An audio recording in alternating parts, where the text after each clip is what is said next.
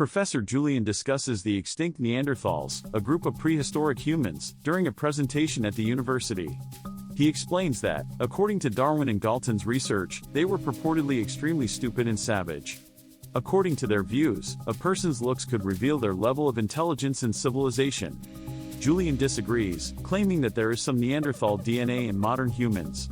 He also discloses that his employer discovered the only non-fossilized Neanderthal in the world, which he called William in honor of the scientist who identified Neanderthals as a distinct species. He concludes the talk by pointing out that utilizing William's DNA, it would be possible to produce a living Neanderthal. Barbara, an endocrinologist, attends the entire presentation and then goes to a restaurant later that day to hunt for Julian. She explains that it would be extremely difficult and complex, but not impossible, to clone William. During their supper, they talk about the specifics of the procedure, and by the end of the night, Barbara wants to know why Julian is so fixated with Neanderthals. In order to respond, Julian shows Barbara two stone tools in his lab. One was created by Neanderthals, and the other by Homo sapiens. Since they are identical, Julian believes that researching our closest cousin could teach them a lot about humans. Barbara and Julian fall in love that night. Subsequently, the pair embarks on the Neanderthal cloning endeavor, publishing 3 groundbreaking articles on the topic within 2 years. They also enjoy a great romantic life together after moving in together. Unfortunately, a large number of prominent scientists and university funders have cancelled their sponsorship because they are concerned about the project's ethics and possible reaction.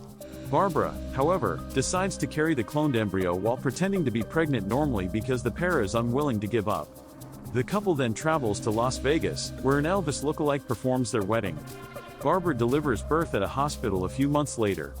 Before giving the infant to the delighted mother, the nurses exchange unpleasant glances. The child's unattractive appearance doesn't affect the pair, and Julian even gives the boy a forehead kiss. Later on, Julian stops by the university to provide some documents outlining his and his wife's actions. The university's leaders call an emergency meeting out of concern for the institution's reputation. Despite their disapproval of the project, they have chosen to assist it for the time being in order to gain exposure and, ideally, gain control over it. Julian arranges a press conference the following morning to inform the world about the Neanderthal clone that was produced by cell nuclear transfer. When a reporter inquires about its morality, Julian responds by showing them a sweet video of the infant and asking how something so lovely could be evil. Julian's supervisor reminds him after the conference that the board has the last word on all project decisions. The infant is now a young man named William, many years later. Before William departs for his father's house, Barbara takes him to the forest, where they bid each other farewell. Before arriving at the balcony with a fantastic view of the river, he takes some time to look about. When 2 visitors on a boat pass by and notice William's unsightly visage, they begin rowing more quickly. The old stone tool is on one of the shelves as William returns inside. He hears a disturbance that startles him, but it's just Sarah, his new tutor. She tells that William feels uncomfortable near strangers and that Julian is at work. When Sarah observes that William eats a lot when Julian joins them for supper that evening, Julian explains that William has an unusual metabolism and needs more calories than the typical individual. Julian tells William after supper that he is proud of him for pursuing his goals. The following day, Sarah says that she is continuing working on her dissertation while still assisting William with his schoolwork. William excels in arithmetic, but he finds English challenging because he dislikes metaphors and believes they are lies. In the meantime, Julian shares his project with his students at the university. Since they believed that cloning was unethical and a sin against God, they had demonstrators complaining every day when it first started. But because William was raised like a typical child by Julian and Barbara, who loved him, the protesters ceased to appear. Since there was no compelling clickbait about barbaric cavemen, the news stopped discussing him as well. After researching his son for years, Julian no longer believes the claim that Homo sapiens drove Neanderthals to extinction with greater intellect. In addition to developing more quickly and beginning to speak earlier than other kids, William also demonstrated intelligence on par with or even higher than that of his contemporaries. William became unwell one day and was assisted to recover simply by his mother, even though no medication was able to aid him. As it turns out, his immune system is incredibly resilient and quick to adjust, which bodes well for amazing medical uses. After class, Julian reflects about the day he and Barbara parted ways. Barbara wanted William to be free and lead a regular life, but he had been growing up in a lab. Julian, however, reminded Barbara that William wasn't truly her son and continued to view him as an experiment. Barbara eventually left Julian permanently because of how devastated she was by the remark. The university board then gave her permission to depart with William. William was thrilled to have his own room after they moved to a new home. Julian would frequently visit them, while Barbara, who had a position at the clinic, continued to undertake studies on the side. The couple had to confront the administration for claiming that William wasn't really human, but they continued to work together to find him a suitable school. Fortunately, William enjoyed his time at school and gained a best friend right away. As promised, Julian came to see him, and they would play games outside while taking advantage of William's newfound freedom. William is currently exercising during his break, demonstrating his immense strength. After reading him a passage from The Great Gatsby, Sarah calls him to continue his studies and asks him to explain it. William believes that only the individual in question should be able to determine what another person means, which leads to a dispute. In a different flashback, William is seen riding his bike down the street when several older children see him. They began pursuing him after making fun of him by calling him caveman. William initially appeared to be able to escape, but he had to continue on foot after inadvertently colliding his bike with the bridge. William knocked two of the other lads to the ground and injured the third boy's hand when they attempted to seize him. Later, at the police station, the child's mother repeatedly claimed that William was dangerous and that she wanted him imprisoned, but the officer simply sent everyone out since he was unable to intervene when only a few kids were fighting. When they got home, Barbara instructed William to leave the area if someone made fun of him in order to stay out of trouble. After that, William looked up his name online and discovered every article about his birth, not to mention the protests. Everyone thought Neanderthals were barbarians, according on what they read. Julian eventually stopped staying for dinner when he visited, and Barbara began dating someone else. Additionally, he stopped doing William's regular tests and had his assistant perform them instead, which infuriated Barbara. Even though he wasn't always able to grasp their jokes, William gained some solid friends when he attended high school years later. William and his two buddies made the decision to take a trip together during their final year of school to discuss their ideas for college applications. Two hippies joined the boys around the fire and shared their mushrooms as they were having a good time. They referred to William as cool and beautiful after realizing who he was. William responded in the affirmative when the woman inquired if he would ever wish to return to his own time. As his friend vomited due to the unpleasant food he had consumed, she urged him to go there. William even consented to be an actor in the next play and assisted his school crush, Judy, with it. In the story, William, who played Judy's love interest, received his first kiss on the night of the performance. But Judy rejected him when he attempted to kiss her again behind the curtain. Despite the play's success, Judy never found it meaningful, which devastated William. Later, William's teacher called Barbara and Julian to let them know that although their kid was intelligent, his thinking didn't fit any identifiable paradigm, which is why he struggled on standardized tests.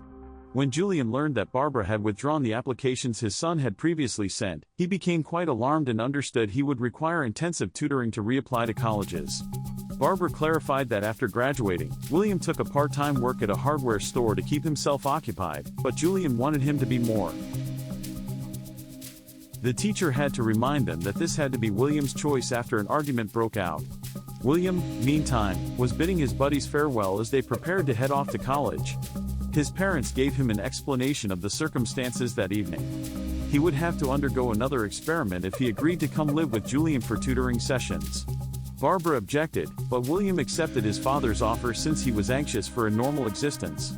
Julian is currently upset when he sees that William's most recent practice exam is still lacking and accuses Sarah of being to blame.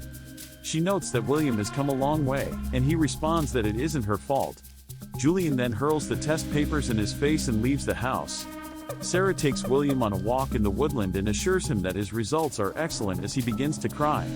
She says she used to despise her parents for making decisions about her future without consulting her and for being quite tough with her when she was younger, but now she can't complain about the excellent education she received. In exchange, William offers the song from his school play and acknowledges that he enjoys singing. In the end, William and Sarah share a kiss and get intimate. When they get back home in the evening, Julian chastises them both for wasting time rather than studying. William can't take his eyes off the stone tool that night, wondering if he would ever be better than this. Later on, Sarah brings William to a school so he can retake his exams. He views this as a sign and gives up, leaving the room before completing the test because every pencil he attempts to use keeps breaking. The clerk chastises the two females for being impolite after he walks to the store to fetch a drink and they both laugh at him. William visits Godwin, who discovered the Neanderthal remains, at the university after a lengthy trek.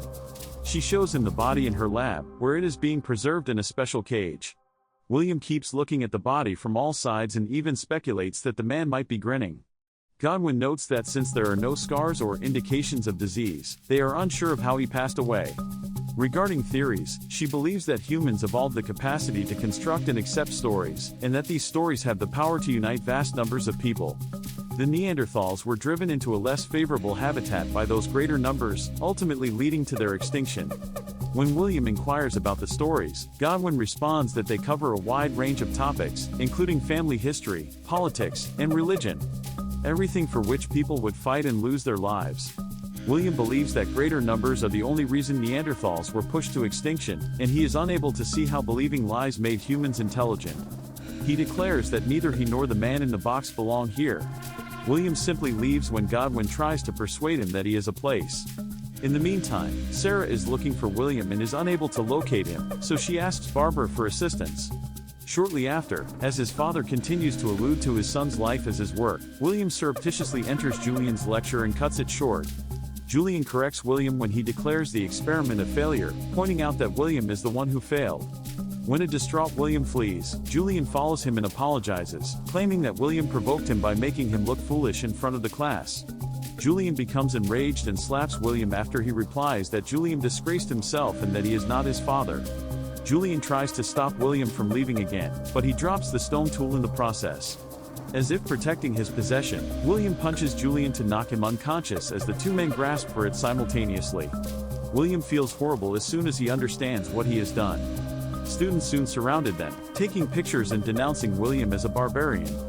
William's only option is to flee. Shortly after, Barbara discovers an unconscious Julian and phones Sarah to inform her that William is being sought by the police. Sarah will have to go on her quest by herself because Barbara will accompany Julian to the hospital. In the meantime, a student spots William hiding in another university building and contacts the police. William discovers several police officers waiting for him with their pistols drawn when he tries to leave. Sarah shows up as well and yells his name, but she is restrained by an officer. William remembers the bridge event and continues walking forward before being shot down and dying in a matter of seconds. Sarah goes to the location where Godwin discovered the Neanderthal a few months later.